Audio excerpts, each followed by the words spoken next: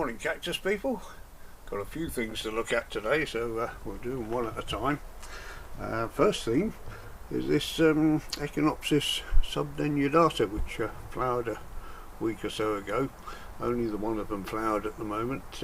Normally 2 or 3 of them do it together, but this one had 4 flowers on it, and as you can see they've died back, but underneath we've got 4 seed pods, which was quite a surprise when I noticed this morning, because normally they'll need something to pollinate them, and the others weren't flowering. Now the only other Echinopsis I can think of that was flowering at the time is this Echinopsis crassicalis. So I'm going to have to look back on my photo files, look at the dates to see if they were actually flowering at the same time, and if they were, then maybe we've got a hybrid between this one and that one. Hoverflies come in and out of here all the time, so none of these flowers are actually fertilised, they've all dropped off. There's one up here that may or may not be a seed pod. It might just be a new bud coming there, I'm not sure, but I'll keep my eye on that. So but this one, this could be quite interesting. These form quite decent sized pods, and normally full of seeds. There's probably about 30 or 40 seeds in each one. One thing I've got to look out for is the ants. As you can see down here, we've got a couple of ants nests, it might even be the same one. Now I've tried to get rid of these, but they're not having it. And also what I've noticed is they're doing something strange. So this is some unexplained ant behaviour.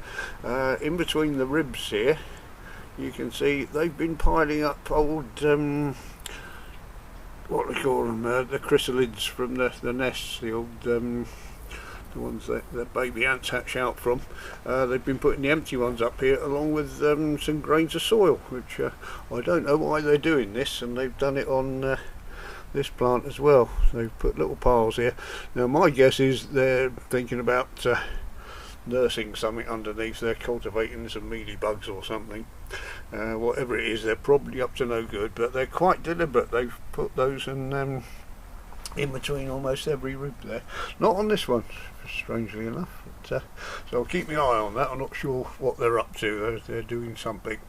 So as I say, what I've got to do is keep an eye on these, because once they're ripe, the seed pods split down the side there, and the ants will empty them out overnight. They'll have every seed out of them, and you'll never see them again. I assume they take them away for food, because they've done it in the past, stripped a few pods out, and I've never seen any seedlings come up anywhere, so I assume they've eaten them.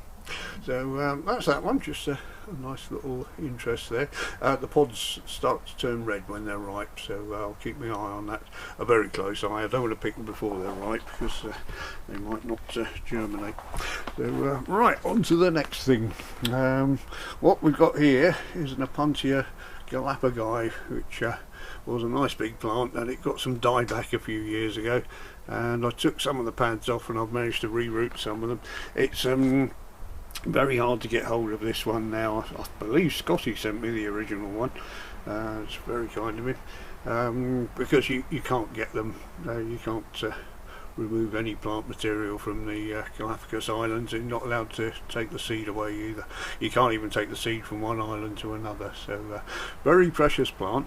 So what I did when this had the dieback is I left this bit that was still green in there. It was green all over, but it's been slowly dying back over the past 2, maybe 3 years, I'm not quite sure.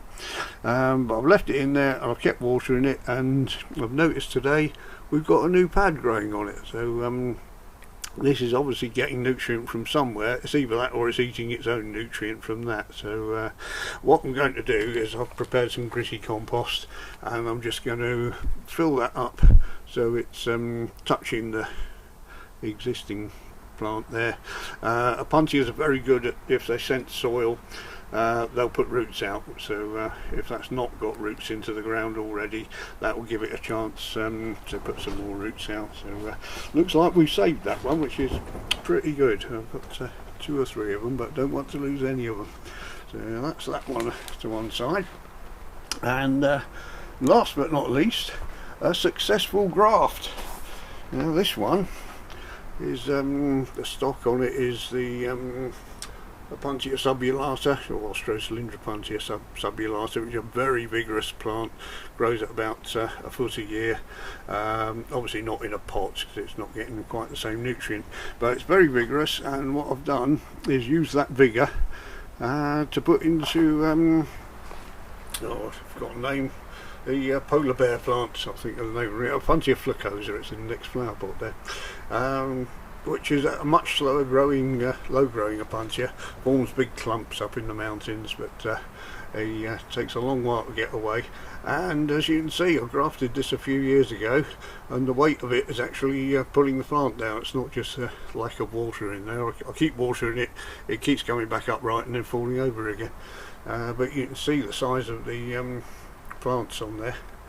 The new growth is quite remarkable compared to these, which were potted up last year, and they've only just put some very new growth out on the pads there. You can see a couple on the top there just coming out, but look at the size difference. If I pan out there, it's quite something else. So we've got the vigour. It's not put out any side shoots yet. If it does, I'll take them off. So all the vigour from this plant is going into the much slower growing plant. So I won't leave it like this. I'll take these off as cuttings. It's a good way of increasing the stock from a slow growing plant. So yeah, a bit of a success story there. I've done other grafts onto the I've forgotten the name of it again. This one, and they've not worked, they've failed, but that one is a bit of a success.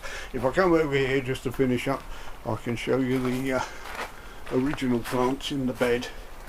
So this is getting all the nutrient from the ground here, but you can see how much smaller that is in comparison.